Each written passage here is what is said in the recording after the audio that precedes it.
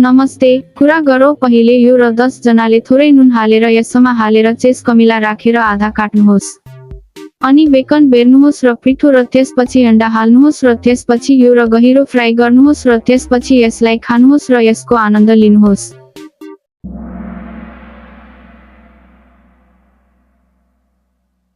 मैले deep fry bacon चीज burger बनाएँ।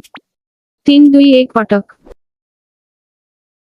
पहिले यो हो र 10 जनाले थोरै नुन हालेर यसमा हालेर चेस कमिला हालेपछि आधा काट्नुहोस्।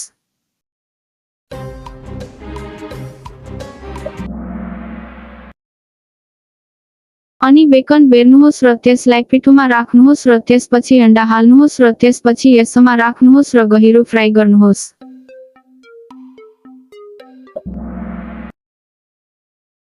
अनि खानुहोस् र आनन्द लिनुहोस्।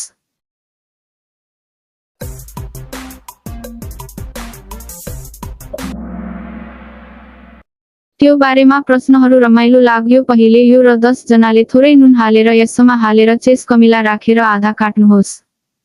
अनि बेकन बेर्नुहोस् र त्यसलाई पिठोमा राख्नुहोस् र त्यसपछि अन्डा हाल्नुहोस् र त्यसपछि यसमा राख्नुहोस् र गहिरो फ्राई गर्नुहोस्। अनि खानुहोस् र आनन्द लिनुहोस्। पछि भेटौला र पछि भेटौला।